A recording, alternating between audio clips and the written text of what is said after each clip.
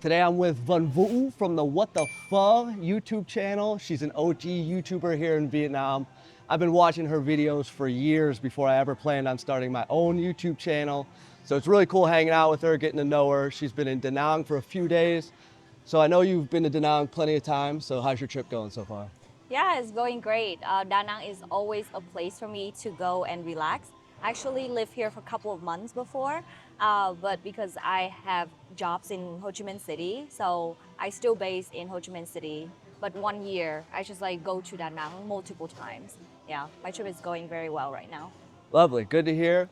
So Van Vu is a local Vietnamese. She's been making videos all about Vietnam for a long time. But today I want to get into her background a little bit. So she's born and raised in Hanoi, but has been living in Ho Chi Minh City for the last few years. And she actually spent 7 years in America. So I want to get the story behind why she went to America in the first place. We'll talk about how our cultures compare a little bit. And she's actually got a really great story of how she started her YouTube channel in the first place. Let's start from the beginning. When did you go to America and what was the idea behind that? So I went to the US when I was 17, so back in like 2013.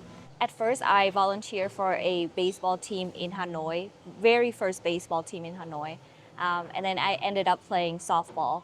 Yeah, so I went to the States to play softball for a Catholic school in Muskegon, Michigan. And after that, I just went to college there and then worked there for 2 years. So like the total years I spent in the US was 7 years. And then after COVID, I just moved back to Vietnam. So it's been 5 years since I moved back now.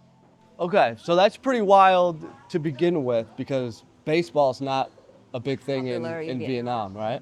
So how did you find that?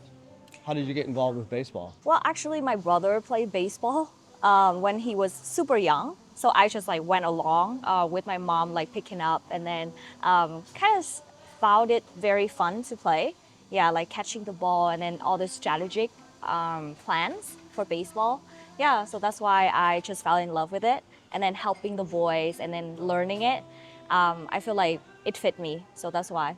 I love it. I Awesome. didn't play very well at first though. Like I started playing during my sophomore year. Yeah, so I got hit by the ball a lot, like broke a lot of glasses. Yeah, so I wasn't very good at first. But then after that, when I went to the US, I got into the team and yeah, like people play hard. So that means I had to like hustle. Yeah, and I got a little bit better during my senior year. Awesome. Yeah, So you ended up in Michigan, Michigan. which is Midwest USA, not too far from where I'm from. Same kind of style. So growing up in Vietnam, what was your kind of thoughts about America? What was your expectations before you ever got there? Like what were you hoping it would be like? So before, I didn't know much about America. Not until when I went to a public high school in Hanoi. They had an American teacher came in and teach us English. And you know, like in Vietnamese school system, students need to obey to the teachers, right? Yeah. Like when the teacher come in the class, people need to bow and then like really respect the teacher. But this guy, when he came in, he sat on the table, like super freestyle and Very then casual. very casual and very open-minded. And that's kind of stood out to me. I was like, oh wow, like the world is so big and this is a very interesting person and I wanted to get to know more about the culture and the country. Yeah, so that's why I was studying English for a year and then applied to the high school. And luckily, like I had the baseball team help me out as well, the baseball coaches. After that, I just didn't plan much, like didn't know much about the culture and just went to the US. And literally my parents were shocked too because it was not their idea. It was my idea. And they were very surprised that I decided to go to the US super quickly like that. Yeah, and then after that, when I went to the US, I had a lot of culture shocks. Like everything was very big in the US. The people, the Midwest people are actually very enthusiastic and very friendly. But the most shocking thing for me was that Muskegon is out of nowhere. Yeah, it's all farms and cows and stuff like that. And I'm Yep. from a city.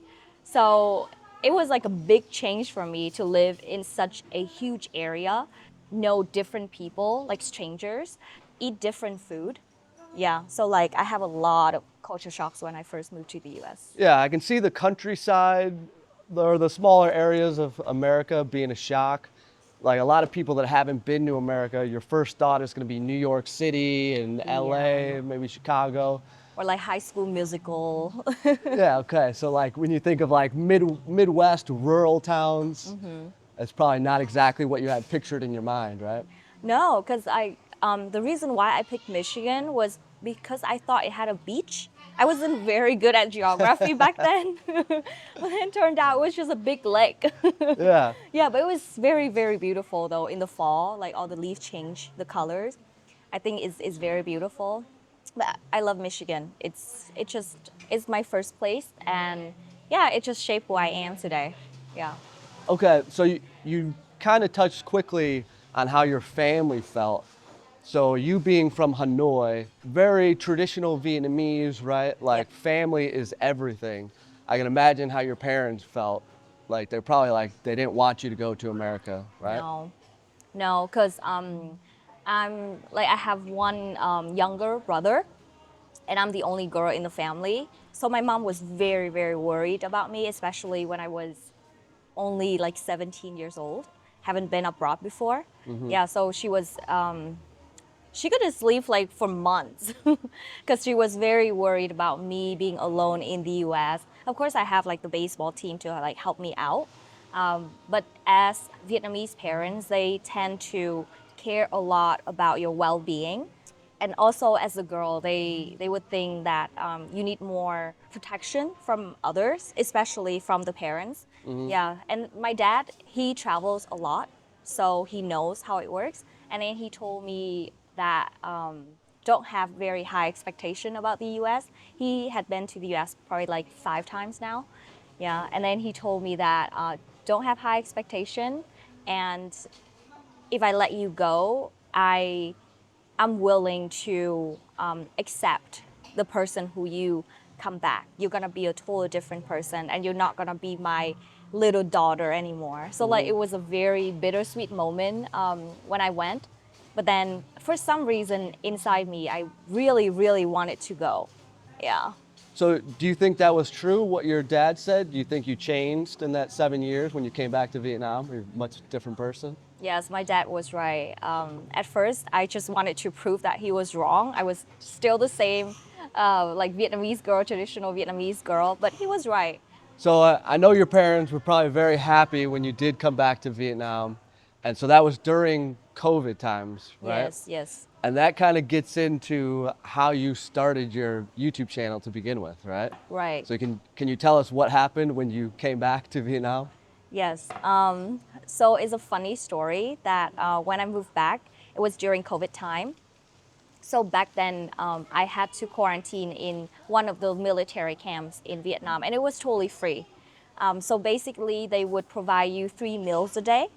And then I was very lucky to stay at a very nice military camp that they allow you to play sports, even ping pong, badminton. Nice. They have very strong internet, so that like people can still do their homework if they still go to school in the US, like study remotely. Yeah, and I think it was like a paradise for me, like not have to talk to anyone and play sports, and yeah, just have time to like slow down, I guess, because the life in the US was quite fast. To me, I was working back then. Yeah, like 9 to 5 job, just come home and then work and very hustle. Yeah, so quarantining there was very interesting, and I wanted to show people how my life was in the military camp. So I took out my iPhone 8. Yeah, back then I didn't have any equipment. So I took out my iPhone 8 and I was like filming everything, the meals that I had, the sport that I play, and then even the soldiers who was like waving and smiling and stuff like that. Yeah, so it was like very fun. And then I posted it online, like on YouTube, because like YouTube back then, like 5 years ago, was like a very cool thing to do, right? Yeah. So I just posted, didn't expect much. And then after that, it just went viral. Most of my friends commented on my video was like, wow, this is so cool.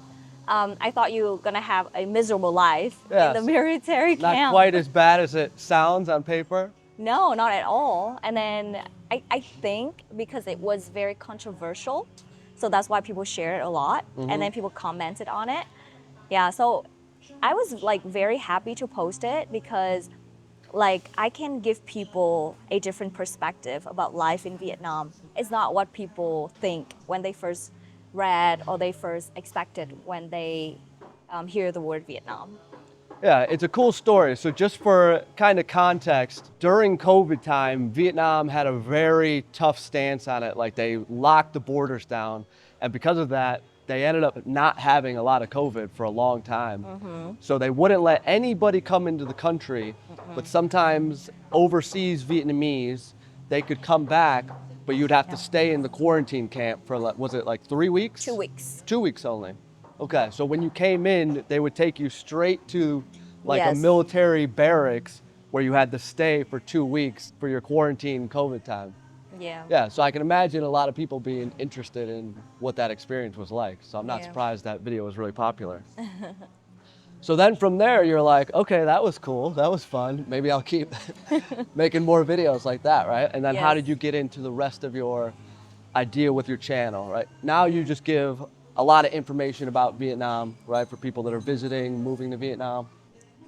I saw Vietnam with different perspectives and in like new lens. Still a Vietnamese person, but I see things in a new and fun way. Yeah. So for example, like when you cross the street, at first I got very scared because I was in the U.S. for 7 years, right? So like traffic has been changing. So when I crossed the street, I felt scared, but I felt fun because it's like a game. You have to like know the unspoken rules, and then like when you cross the street, when you ace it, you just achieve something. Yeah, it's like a game. Yeah, and then like when I eat something, I could find the new thing in the recipe and how and why they do the things that they're doing and something like that. So I just wanted to show people that under my local perspectives because I know Vietnamese. Oh, the fish is eating. Yeah, so I know the language, so I understand like what the auntie said. That's why I always encourage people to learn Vietnamese because if you learn Vietnamese, you'll be able to speak to the vendors. You get their heart, and then like they gonna probably like give you extra meat or extra veggies, and it makes life in Vietnam better. So the ultimate goal here is to show people Vietnam under my local perspectives to make their life easier when they move to Vietnam. Yeah, it's really interesting because it seems like you're able to have the experience, that I have, and like a lot of foreigners when they come here, there's so many things that they're shocked about that if you've lived in Vietnam your whole life, you're like, that's just everyday life for us. But you're able to come back and then see it with a fresh perspective, like, oh, that's what it feels like. Yeah, exactly. And for me, as a Vietnamese person, I see things differently too. And I think I shared with you, like when we first met, was that being here for 5 years, I feel I'm more Vietnamese now. Like the way I do my makeup, the way I have my hair, the way I dress, and the way I talk too. Yeah, like before I had like a lot of like body language, like very assertive, very confident. I'm still confident, but like in a way that it depends on the people who I talk to in Vietnam. Yeah, so like if I talk to older people, I would be more like respectful and like bow a lot. Yeah, but like if I talk to like my friends or like foreigners, especially from the US, I would have my American side come out.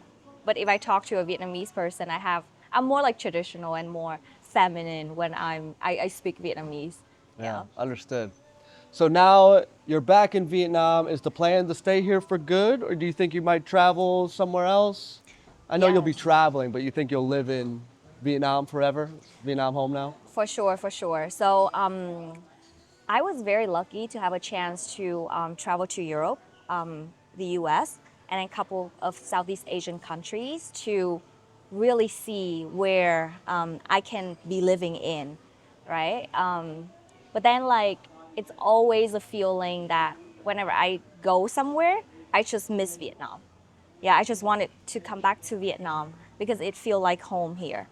And I think it's not only about the food, it's not only about like the environment or the language that I'm speaking. It's about like the community.